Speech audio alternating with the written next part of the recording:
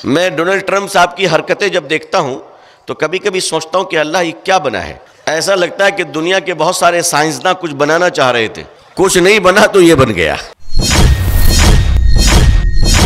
अभी सब्सक्राइब करें तहफ़्फ़ुज़-ए-दीन मीडिया।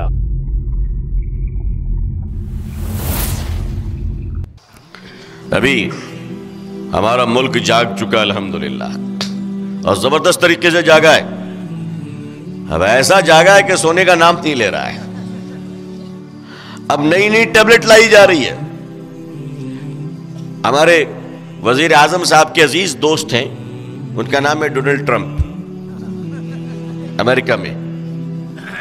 उस बेचारे को भी नहीं मालूम कि वो क्या बोलने वाला है। मैं डोनाल्ड ट्रंप साहब की हरकतें जब देखता हूं तो कभी कभी सोचता हूं कि अल्लाह ये क्या बना है।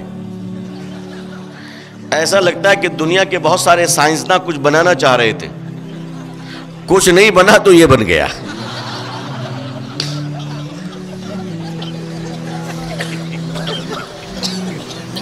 वो भी अल्लाह का बंदा है कि विचित्र प्राणी है। उनकी गवर्नमेंट के human rights commission for America, उनकी गवर्नमेंट के जो ह्यूमन राइट्स हैं, उस ह्यूमन राइट्स ने भारत के सीए कानून को रिजेक्ट कर दिया है।